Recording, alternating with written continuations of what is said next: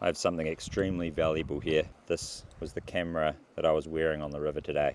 Inside this camera is an SD card, and on that SD card are lines, kayak lines for the 2025 Kathmandu Coast to Coast. We need to get this camera safely home into the computer, and I'm going to talk you through these lines so that you can hit the river with confidence this year's race. Let's go.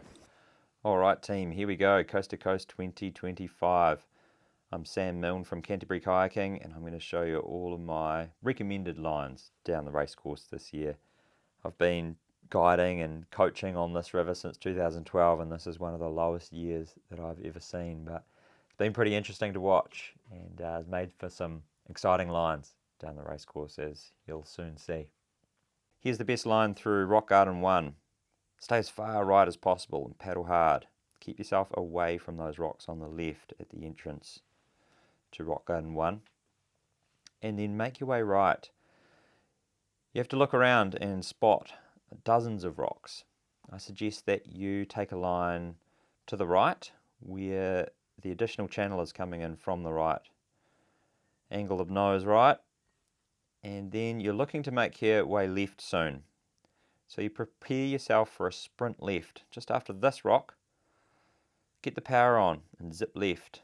Avoid those rocks to my right there. Probably harder than it looks. If you're too floaty, you tend to float into those rocks. So make sure you're paddling hard where you want to go into clear space.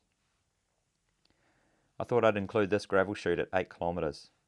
Enter on the left to avoid the rocks on the right. Pretty simple, but hard to spot on approach.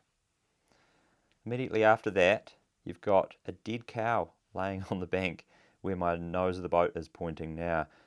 I suggest that you go into the left channel here. You can go right. It's actually probably faster in that right channel. However, where these two channels come back together, they meet over a shallow gravel shelf here. And as you can see, the channel to the right, there's a lot of big stones in there. Whereas the channel to the left is flatter, and I feel the risk of breaking your kayak or putting a hole in it is much greater on the right-hand channel there. And so I prefer to take the time penalty, but I know I'm not going to break the boat. So for most people, that's the way I would suggest that you go. At 9 kilometres, be on the left to avoid a couple rocks on the right. This is Rock Garden 2, which is very mellow this year. Immediately below Rock Garden 2, you've got this big clay cliff, and I'd suggest that you try and hold your boat in the middle of the river or even to the right.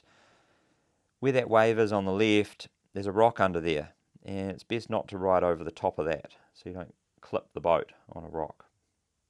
At Rock Garden 3, I suggest you start on the left for the deepest water and then move back to the right for the deepest water again, avoiding potential problems with submerged boulders on the left there. At 14 kilometres, there's a significant tree hazard that I think Coast to Coast will have to figure out what they're going to do here, and I'll show you the line that we've been paddling. It's in a separate channel. It's very shallow and very skinny.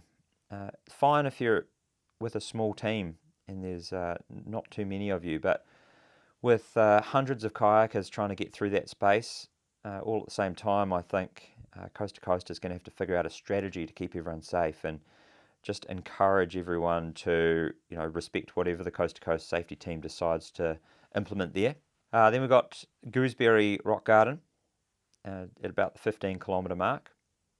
This one here, I enter on the right and then work my way left to avoid most of the rocks. If we stay well left, then you can get a clean line down the left side.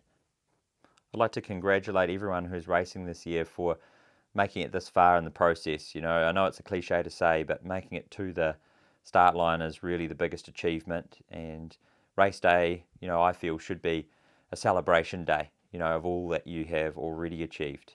And it truly is an honour to speak to all of you in the final days before what will be one of the biggest events of the year for you. To all of you racing, best of luck from me. I'm sure you're going to do well, and I hope these lines that you're about to see give you a bit of confidence hitting the river. At 19 kilometres, you've got a braid split called Poulter split, and the reason we've been calling it that is because where they rejoin is right at Poulter Bluff. Now, as many paddlers have found out in training, if you go into the right channel here, where these channels rejoin, if you're in the right channel, you're going to be in a quite precarious position trying to negotiate Poulter bluff, which has a hazardous rock, which you'll see in a moment on this video.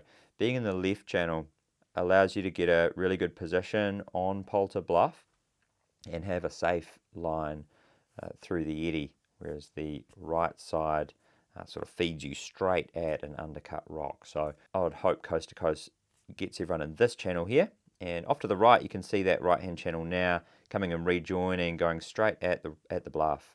So the safest line through Poulter bluff here is a cut line through the eddy. So you're going to punch through the boilie eddy, staying well clear of that undercut rock to my right now. At 21.5 kilometres we have the second bluff. This one we don't want to cut through the eddy. This rock face is a lot friendlier than Poulter bluff. You don't want to get too friendly with it, but you can certainly be in the flow going around the outside of the eddy. A couple of metres away from the rock face is a perfect line. At 23 kilometres we've got what I've been calling mini salmon, because this is a smaller version of Salmon Rapid. You've got some big waves to the left with rocks underneath them. The best line is to actually avoid those waves completely and drive hard right, staying well out of trouble. Little preview to Salmon Rapid, a little warm up for that. I thought I'd include the trees at the 24 kilometre mark. Obvious trees on the right, best line is to stay well left of that first one, but then just be wary through this zone as there is a submerged tree that's difficult to spot right in the middle of the channel here, and so just stay hard left. You can see it now. Avoid that tree by staying left all the way through that bend. Esk Bend. If you paddle the river at high flow, this would have been one of the biggest rapids of the day. At low flow, it's a lot more chilled out. If you can make that move to stay in the flat water initially, so staying on the left at the top of the bend, stay well out of the waves. It seems silly, I know, to stay so far to the inside here, but what it does is set you up with a really good position to avoid the boulders and waves to the right that you're seeing now. It's best to be to the left-hand side of all of those rocks, and then once you're past them, you're looking out for 3 rocks that are sticking out from the left bank. They're just coming into view now. When you see those 3 rocks sticking out there, you've got the go-ahead from me to move back to the middle and exit the rapid from there. High on the hill ahead of you, you'll see the first noticeable hut, Hamilton Hut. Now I always cut through the eddy on this one for the best line. I'm going to aim for the boilie eddy, aiming at the bluff, and delay my turn with the left side of the boat lifted. That way I can jump on the flow and exit there without getting stalled out in the eddy. One of the biggest rapids of the day, Salmon Rapid. Try and stay out of the waves if you can. Drive hard right. You see my stroke rate lift as I sprint right. Drive it down the side of the waves. Keep the right side of your boat up the whole way down. Most people that flip here tend to fall to the right. So if you can keep your body weight on the left-hand side of your seat, it's going to give you a good chance of staying upright there. As you enter Carrington Gorge, be on the left-hand side of this corner to avoid boulders and waves on the right. Once you've made it through this bend, I suggest you cut back to the right so that you're on the inside of the next corner. This next little bend here has been getting more challenging as the river has been dropping. I'm going to enter the rapid as far right as the river allows for the water that I have available. Should be able to make it to about this spot. And then stay just to the right of the waves by paddling hard so that you don't get sucked in them. Equally, watch your nose doesn't get pulled into the eddy on the right. Getting spun out is one of the most frustrating things. I'd like to take the opportunity now to thank a couple of key people who have helped me in my role as coach to dozens and dozens of beginner paddlers who have been working hard preparing for their Coast to Coast river section, and the first person there would be Will, who's coached alongside me the whole summer.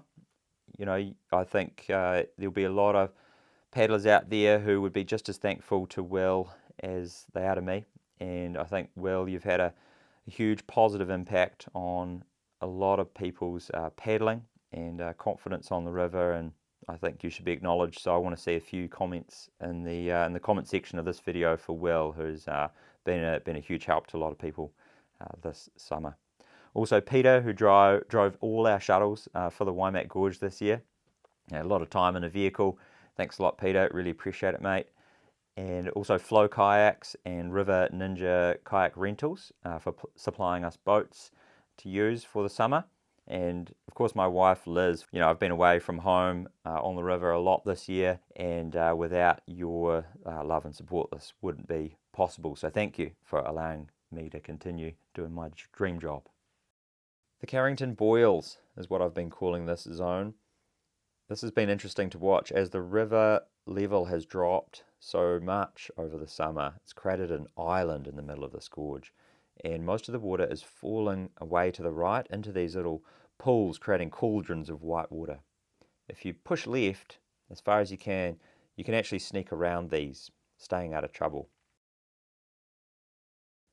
There's about 3 of these boily cauldrons to avoid, and so push left as far as the river allows, and then you'll keep yourself out of harm's way and carrying on without incident, which I think is the most efficient way through the gorge.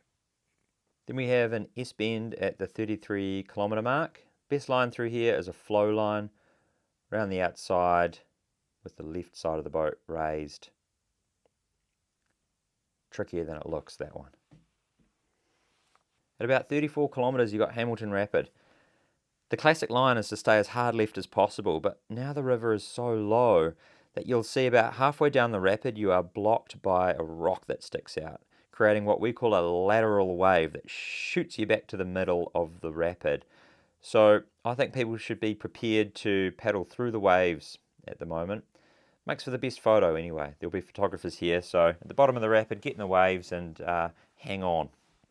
At Salmon Creek, we've got a classic flow line around the outside of the boily eddy, right edge lifted. Probably got a little closer to that rock than was necessary, but proved a point. You can be nice and wide on that one. Immediately after that corner, I cut the eddy on the second bend at Salmon Creek with the outside edge lifted. At Walker Hut, I cut this corner too. The boil is very strong, so make sure you've got a good lean on the boat, got that left side of the boat up, and counter steer into the bend. Wu-Tang Slam, most exciting rapid, I think, of the race course, most technical. Thread the needle in between the big boily eddy and the buffer wave. Have the right side of the boat lifted and paddle really hard. I'm sure this part of the video will probably see the most replays out of all of them. Now I've got some bonus content for you. I've been talking a little bit in this video about the bluff corners and explaining a flow line versus a cut line through the eddy, and I've created a separate video, actually footage from a recent course that I was doing, explaining in detail the difference between taking a flow line around a bluff corner and taking a cut line through the eddy. And if you're keen to get an insight into that content and see what it's like on a course with Canterbury Kayaking, then there'll be a link to that video down below as well. Below Iron Bridge you have Smuggler's Cove. Now to the left the river drops down towards a bluff, and to the right the river drops down towards a bluff. In the middle you've got a sneak channel.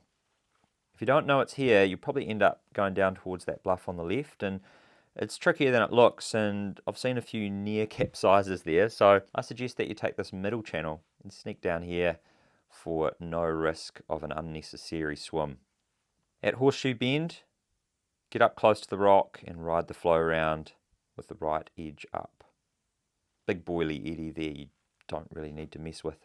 At Deerprint Cove, go left of the waves and then stay switched on for the swirly water at the bottom of the wave train. At Odorama Rock, I think Coast to Coast will have to consider whether they allow competitors to run this rapid or how they manage the safety here. The problem is that rock face to the left. See how all the water just pours into an undercut rock. From here you have to drive really hard right to stay out of trouble. I'll probably make that look easier than it is. And I'd like to include a video from a recent trip where I was guiding some, I would call them stronger novice paddlers who I felt could have a go at this line. You can just see that water just pouring into that undercut rock on the left, and you really are in harm's way if you're just floating down sideways there, so you've got to be driving hard right. See how the nose of the boat's pointing well right here? And I'm indicating to my team, get right and stay away from that rock face. Anyone that flips and falls out of their boat higher up in this rapid tends to get their boat washed down towards Otorama Rock itself, which is that rock that's just coming into view now on the camera screen. There it is. And that's been the scene of many broken boats. So I want people to think carefully about whether they will run Otorama Rock, and if there is a portage set up, then it would be a portage on the right hand side. I've done a few of these videos now, and over the last couple of years I've been contacted by many people actually asking how they can support these videos and what we do. So I still am committed to giving these videos out free of charge, and I expect nothing back from them. But if you would like to support the channel, I have this year set up a space where you can buy me a coffee if you like. So if you want to drop me $5 for the effort of making this video, if you'd feel good about that, then I'll leave a link in the description of this video so you can buy me a coffee and say thanks. But all I want to see is paddlers having success on the race course. That's enough for me. Good luck with Coast to Coast 2025. Go well on the river, and we'll see you on race day with a big smile on your face. For those of you who are considering racing Coast to Coast in the future and watching this video as part of your kind of research for what's to come, then I'd just like to welcome you to the multi-sport kayaking community and encourage you to get going with kayaking as soon as possible. My advice for beginners, if you've not done much kayaking before, then certainly need to get underway with kayaking immediately. Don't delay on that, and certainly don't wait until you've got your race entry even for Coast to Coast. I would want to get going with paddling now. You talk to many people who have done this event, and they'll tell you the same thing, that the kayaking element is one of the most technically difficult. It takes a long time to get really proficient at it and to get confident on the river. So head over to the Canterbury Kayaking website and book your grade 2 course in now. If you do your course with me at Canterbury Kayaking, you don't need to worry about having never kayaked before. We don't require any previous paddling experience to do our grade 2 course. You don't even need your own kayak because we provide those boats and equipment for you. And you don't even need to worry about booking a course and then failing your grade 2 certification, because at Canterbury Kayaking, what's unique for us is that we guarantee certification. So if you don't pass your course after 4 days of working with me, then we invite you back to a second course completely free of charge. So we're committed to helping you achieving your certification that you need. So I think that's worth travelling to Christchurch for, and encourage you to sign up as soon as you can and get a spot on a course before they sell out.